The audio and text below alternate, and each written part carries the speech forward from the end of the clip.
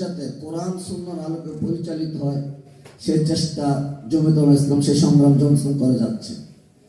জমিয়তুল ইসলাম এমন অর্থনৈতিক ব্যবস্থার কথা বলে, এমন অর্থনৈতিক ব্যবস্থা প্রতিষ্ঠা করতে চায় যেখানে শুধু ধনীরা অর্থের মালিক হবে আর গরিব দিন দিন গরিব হবে, এরকম অর্থ ব্যবস্থার বিরোধী জমিয়ত।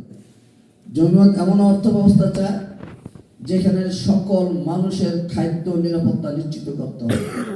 জমিয়ত এমন চিকিৎসা ব্যবস্থার কথা বলে যেখানে একজন গ্রামের সাধারণ কৃষক, সাধারণ দিনমজুর যাতে চিকিৎসা ফ্যাসিলিটি পায় সেই ব্যবস্থার কথা বলে।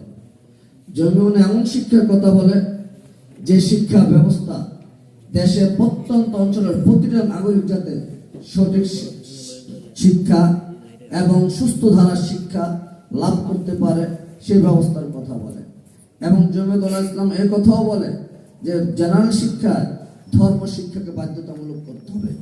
মুসলিম ইসলাম ধর্ম শিখবে, হিন্দু তার ধর্ম শিখবে, বৌদ্ধ তার ধর্ম শিখবে, খ্রিস্টান তার ধর্ম শিখবে, কিন্তু মুসলমানরা ইসলাম ধর্ম যাতে শিক্ষা বাধ্যতামূলক করা হয়, জমিয়ত সে দাবি জানিয়ে আসছে। সংগ্রামী সাথী ও ভাইরা, আপনারা জানেন আমাদের দেশের যে বিচার ব্যবস্থা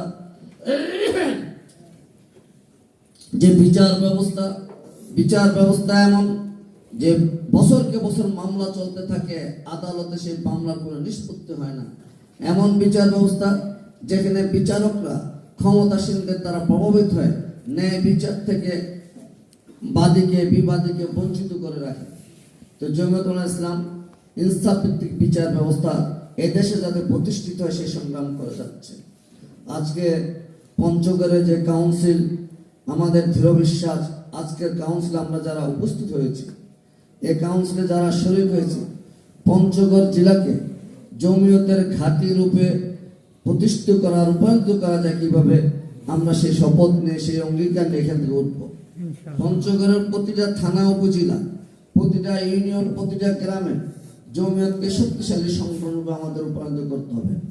দেখুন, যদি আমরা আমাদের সংগঠনকে, জমিয়তকে, ইসলামী সংগঠনকে যদি মজবুত সংগঠন না দিতে পারি, তাহলে বিগত 16 বছরের কথা মনে রাখবেন, আমরা সবাই মনে রাখবো। তারা রাষ্ট্রযন্ত্রের বলে, রাষ্ট্রীয় ক্ষমতার বলে এমন কোনো অন্যায় অপরাধ নাই যে অন্য অপরাধগুলো করে নাই, এমন কোনো জুলুম নির্যাতন নাই যে জুলুম নির্যাতন স্টিমুলা তারা জনগণের উপর চালায় নাই। মানুষের কথা বলার অধিকার তারা হরণ করে নিয়েছিল। মানুষের শিক্ষা, অবাধ যে শিক্ষা পাওয়া দরকার সে শিক্ষা ব্যবস্থা তারা দুর্বল করে দিয়েছিল। এমন শিক্ষা ব্যবস্থা তারা প্রতিষ্ঠিত করেছিল বা এমন করতে চেয়েছিল যে শিক্ষা ব্যবস্থা, শিক্ষা গ্রহণের ফলে একজন শিক্ষার্থী দিন দিন ইসলাম থেকে দূরে সরে যাবে, দিন দিন নাস্তিকতার পথকে অবলম্বন করবে। আল্লাহর সাথে যে মানুষের যে সম্পর্ক, সে সম্পর্ক তার দুর্বল হয়ে যাবে এবং সে ইসলাম ধর্ম কর্ম থেকে দূরে সরে যাবে। এমন শিক্ষা ব্যবস্থা তারা প্রতিষ্ঠা করতে চেয়েছিল। তো এই জন্য আমাদের এখানে যারা আজকে আমরা উপস্থিত হয়েছি, আমাদের নিজের শক্তিতে আমরা শক্তি অর্জন করতে হবে, নিজের বলে বলিয়ান হতে হবে। নিজের সাংগঠনিক রূপ আমরা যদি মজবুত করতে না পারি, তাহলে আমাদের উপর এই ধরনের এক এক সময় এক ক্ষমতাসীনরা আসবে, তারা তাদের বল প্রয়োগ করবে, এক একটা আমাদের উপর চালিয়ে দেবে, আমাদের মুসলিম জাতিসত্তাকে নষ্ট করে দেবে। আমরা যে মুসলমান, সে মুসলমানের পরিচয় যাতে আমরা না দিতে পারি, এমন সুকৌশল তারা এমন রাষ্ট্র ব্যবস্থা, সমাজ ব্যবস্থা প্রতিষ্ঠিত করার অপচেষ্টা করবে।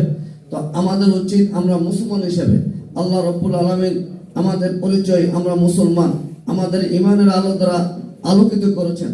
এই ইমানের বলে বলিয়ান হয়ে আমাদের এই মুসলিম সংখ্যাগরিষ্ঠ দেশে আমরা যাতে ইসলামকে রাষ্ট্র ক্ষমতা প্রতিষ্ঠা করতে পারি, সেই সংগ্রাম আমাদের অব্যাহত রাখতে হবে।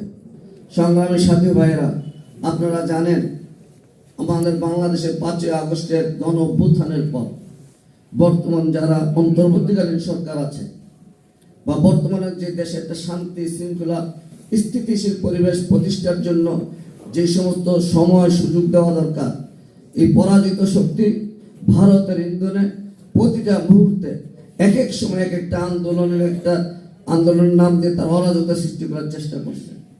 কখনো আপনারা দেখেছেন আনসার রূপে আনসার লীগের আবির্ভাব, কখনো দেখেছেন রিক্সা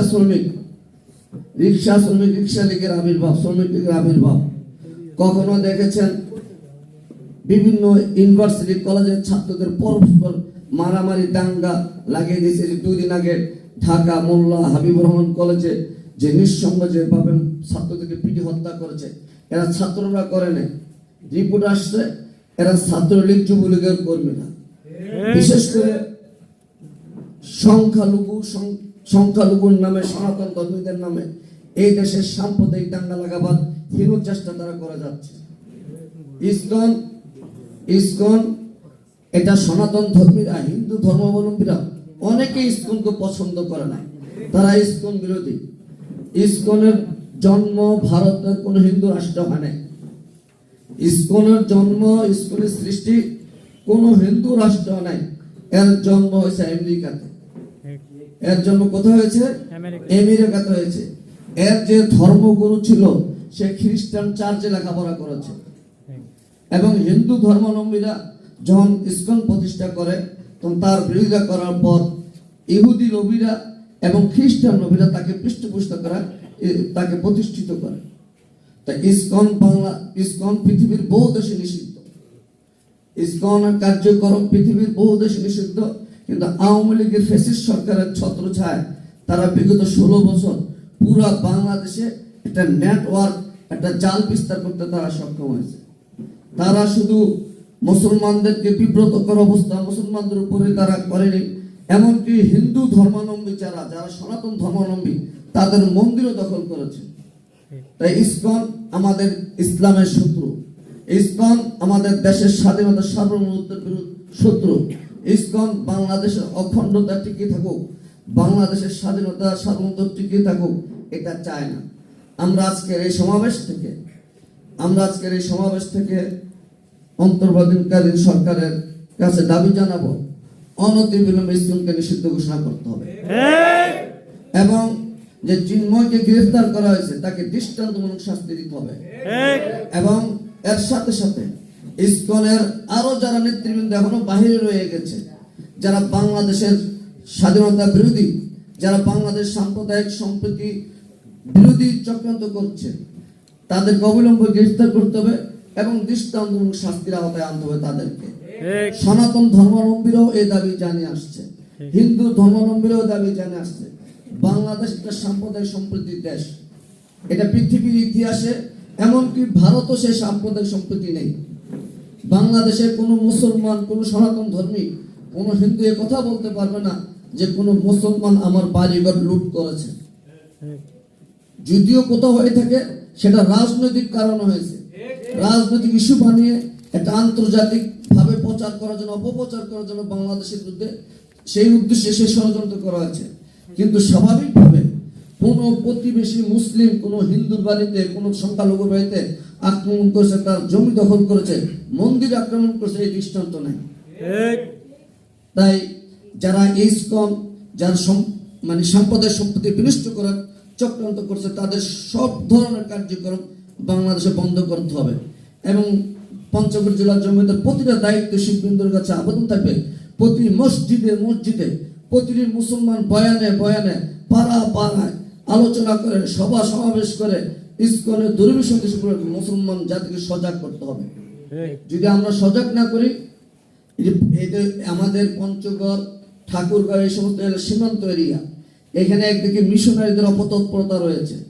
মিশনারিরা, খ্রিস্টান মিশনরা, তারা তাদের ধর্ম প্রচার করে যাচ্ছে।